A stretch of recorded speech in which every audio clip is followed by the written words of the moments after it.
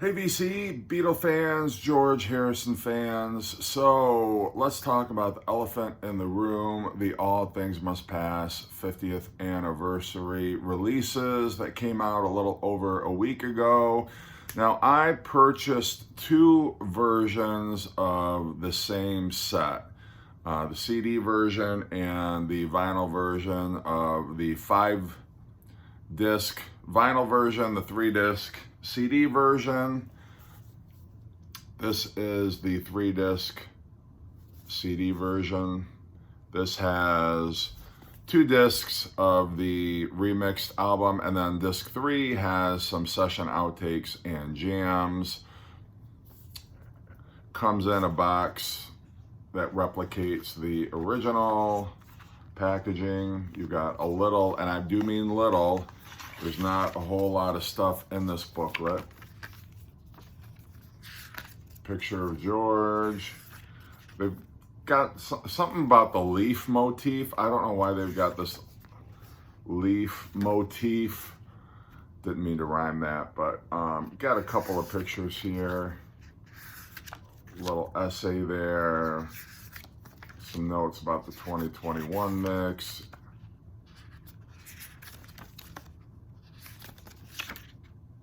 So that's the booklet, and you've got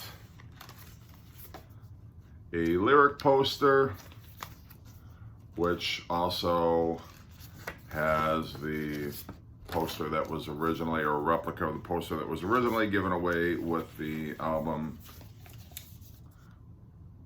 And these are what the discs look like.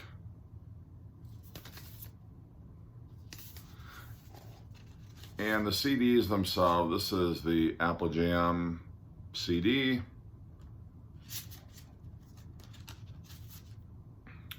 And this is what the other CDs look like. So pretty cool. From a packaging standpoint, I have no complaints. I think it's cool how they did it. I love that they're still replicating the original box set. That's what you have on the spine. And then again with the leaves, I have no idea what, I mean, I get that there's trees here, but I'm not sure why from an artistic standpoint they decided to give it kind of a fall look. And then this is the 5-album version. On the spine here it says session outtakes jams. And this also, although it's a bit thicker than the original, but it replicates the original packaging. You've got this booklet, which is a condensed version of what you got with the CD. You get the poster, and you get 5 records. And what I like is they separated the outer sleeve and put these in the MoFi kind of a sleeve.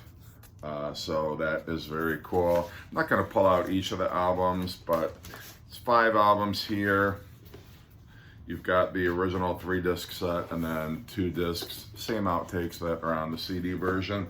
So what do I think about it? Well, a couple of thoughts that I had about this set. Number one, even before this album was released, it was already getting some negative press in Beatle circles, fan circles, just by virtue of the fact that they were offering so many different versions of this, up to obviously the $1,000 Uber box set, which I think is an insult to fans. And it almost gave the impression like, does Olivia Harrison owe somebody money somewhere, like some sort of, like the Russian mob or something? Like, what is this enormous cash grab that seems to be going on surrounding this set? Now, when the Beatles released their sets, I think they did it pretty respectably. You had, well, if you just want the original album, the remix, you could get that.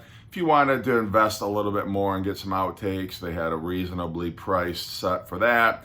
And if you wanted to go whole hog, there was like a $150, I don't think it got up more than $200 version of the album.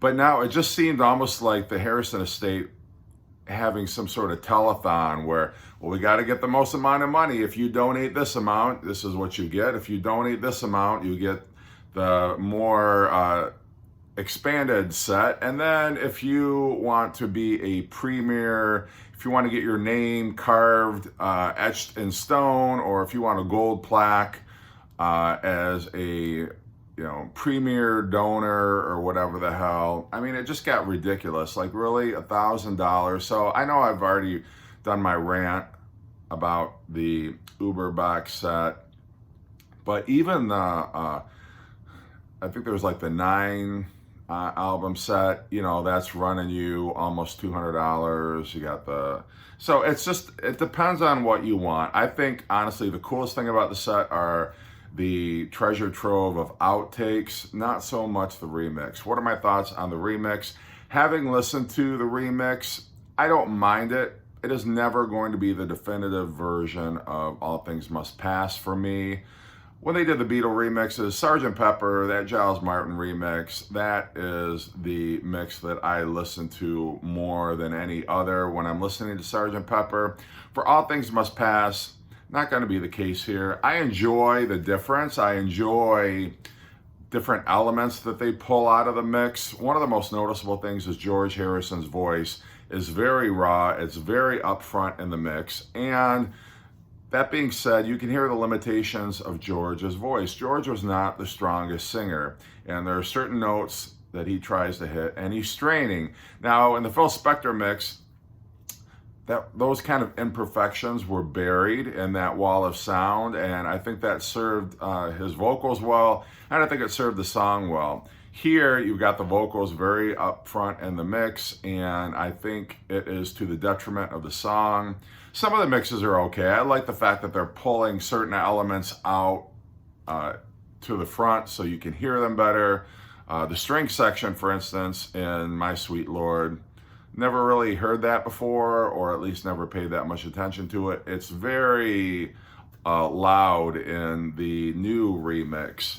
Apple Scruffs, I think, is a song that benefits from the remix because that was just kind of a stripped down acoustic track anyway. But overall, by and large, I'm not going to spend a whole lot of time on my review. I think the remix is okay just to hear some of the elements of the mixes that were either drowned in the wall of sound or just a little bit buried in the mix. So I can appreciate it from an alternate version of the album. I'm never going to prefer this version to the original version. I happen to be one of the fans. I really do like the Phil Spector production on this. I feel like it lended All Things Must Pass some personality. It kind of stood out. I think it was right for the songs. I don't have any problem with Phil Spector's mix, so I am always going to prefer the remastered version that they did a few years back, even the original Apple version.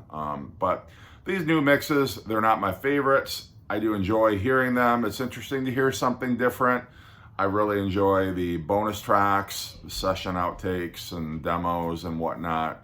That's really where my interest is in. Remix is okay. It's not terrible. It's not awful, but it's not going to be my favorite way to listen to All Things Must Pass going forward. Do I regret buying it? No. I think it's fine. I think if you understand going in what it is, you're not going to be disappointed. You're not going to hate it. I've seen people bitch about this set all over social media. How dare they? It's terrible. They ruin, like, whatever. It is what it is. Going in. It's not like with Star Wars where George Lucas destroyed or buried or is suppressing the original prints of the Star Wars films. All Things Must Pass. The original mixes are not going away. They're not taking them off the market. They're not going out of print. You're still going to be able to buy them. So just relax, people. Just appreciate the new remix. Understand it for what it is. And it's a little bit different. And I think that's cool. I like it. Not my favorite way to listen to it, but I'm not disappointed. I just wish this whole thing hadn't been presented as a giant cash grab by the Harrison estate. So anyway, that's my review. That's my thoughts. Hope you're doing well. Take care.